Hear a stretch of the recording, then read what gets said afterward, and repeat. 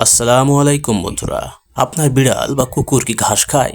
ঘাস খেয়ে তারা কি বমিও করে? এ বিষয় নিয়ে আপনি চিন্তিত? তাহলে এই ভিডিওটি আপনার জন্য। মাঝে মধ্যেই আপনার বিড়াল বা কুকুর ঘাস খেয়ে থাকে। কিছু কিছু সময় তারা ঘাস খাওয়ার পর বমিও করে। পর্যাপ্ত পরিমাণে খাবার পাওয়ার পরেও আপনার বিড়াল বা কুকুর ঘাস খেয়ে থাকে। চলুন জেনে নেওয়া যাক তারা কি কারণে ঘাস খেয়ে থাকে। নাম্বার ১, ন্যাচারাল ল্যাক্সেটিভ বা প্রাকৃতিক জোলাপ হিসেবে।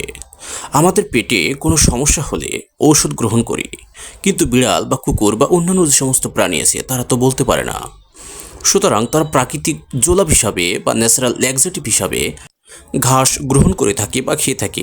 বিশেষত বিড়াল এবং কুকুর তাদের পেটের যে কোনো সমস্যার জন্য, ডাইজেশন আপসেট অর্থাৎ হজমে যে কোনো ধরনের সমস্যার জন্য, পেটে যে কোনো ধরনের সমস্যার জন্য, গ্যাস্ট্রিক অ্যাসিডিটি এই সমস্যা তাদের রয়েছে, সেই সমস্যার সমাধানের জন্য মূলত তারা ঘাস খেয়ে থাকে। নাম্বার ২, বমি করতে সাহায্য করে। বিড়াল অনেক সময় খাবার হজম করতে পারে না, বা তাদের স্টমাকে এমন কিছু আছে যা তারা হজম করতে পারছে না। যেমন বিড়াল ইঁদুর খাওয়ার পর ইঁদুরের লোম অনেক সময় তাদের পেটে আটকে যায়, অথবা বিড়াল খুব পরিষ্কার প্রাণী বা পরিচ্ছন্ন প্রাণী, তারা যখন তাদের নিজেদের পরিষ্কার করতে চাটতে ব্যস্ত থাকে, সে সময় চাটার ফলে তাদের জিহবায় তাদের নিজেরই লোম আটকে যায়, সেগুলো তাদের পেটে গিয়ে হেয়ার বল তৈরি হয়, অর্থাৎ সমস্ত লোম এক জায়গায় একত্রিত হয়।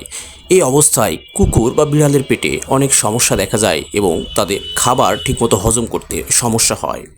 এমন পরিস্থিতি দেখা দিলে কুকুর এবং বিড়ালের একমাত্র উপায় থাকে তারা তাদের স্টমাক বা ইন্টেস্টাইন থেকে সব কিছু বের করে দিতে একমাত্র বমির সাহায্য তারা নিতে পারে।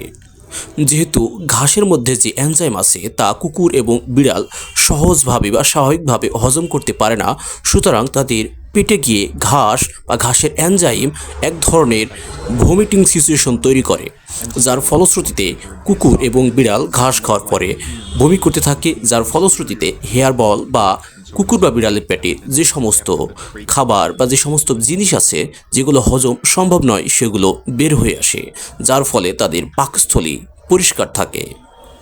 নাম্বার ৩, পরজীবী দূর করতে সাহায্য করে। ঘাস কুকুর বা বিড়ালের ন্যাচারাল ডিওর্মিং করে থাকে। কুকুর বা বিড়ালের অন্ত্রে যে সমস্ত পরজীবী বাসা তৈরি করে, ঘাসের ল্যাক্সেটিভ পাওয়ার বা ঘাসের এনজাইম সেই সমস্ত পরজীবীকে অনেক সময় মেরে ফেলে, বা তাদের ইউরিনের সাথে, স্টুলের সাথে বা ভমিটিংয়ের মাধ্যমে সেটা বের করে দেয়, যার ফলশ্রুতিতে ন্যাচারাল ডিওর্মিং কৃমিনাশক বা পরজীবী নাশক হিসাবে কাজ করে থাকে, যার ফলশ্রুতিতে কুকুর বা বিড়ালের ক্ষেত্রে ঘাস পরজীবী নাশক হিসাবে কাজ করে থাকে। নাম্বার ৪, কনস্টিপেশন বা কোষ্ঠকাঠিন্য দূর করতে। কুকুর এবং বিড়াল কোষ্ঠকাঠিন্য হলে অনেক কষ্টে থাকে, যেহেতু তারা অন্য কোনো উপায় পায় না, সেক্ষেত্রে তারা ঘাস খেয়ে থাকে। যেহেতু ঘাসের এনজাইম কুকুর এবং বিড়াল সহজে হজম করতে পারে না, কিন্তু তাদের স্টুল পাসের ক্ষেত্রে খুব সহায়তা করে, সেক্ষেত্রে ঘাস তাদের স্টুল পাসের ক্ষেত্রে অনেক সহায়তা করে বিধায় তারা ঘাস খেয়ে থাকে কোষ্ঠকাঠিন্য থেকে মুক্ত থাকার জন্য। নাম্বার ৫, পুষ্টি উপাদান পূরণের জন্য। ঘাসে পর্যাপ্ত পরিমাণে এনজাইম, ফাইবার বা আঁশ এবং ফলিক অ্যাসিড থাকে। যখন আপনার কুকুর বা বিড়াল এই সমস্ত উপাদানগুলো, এই সমস্ত ভিটামিনগুলো আপনার দেওয়া নিয়মিত খাবারে পাচ্ছে না, তখন তারা ঘাস খেয়ে থাকে। সুতরাং তাদের পুষ্টি ঘাটতি পূরণের জন্য অনেক সময় তারা ঘাস খেয়ে থাকে। সুতরাং আপনার বিড়াল বা কুকুর যদি নিয়মিত ঘাস খেতে থাকে, আপনার কুকুরের ডায়েট বা বিড়ালের ডায়েট চেক করুন এবং তাদের পর্যাপ্ত পরিমাণে সুষম খাদ্য দেওয়ার চেষ্টা করুন। নাম্বার ৬, অবসাদ এবং উদ্বিগ্নতা।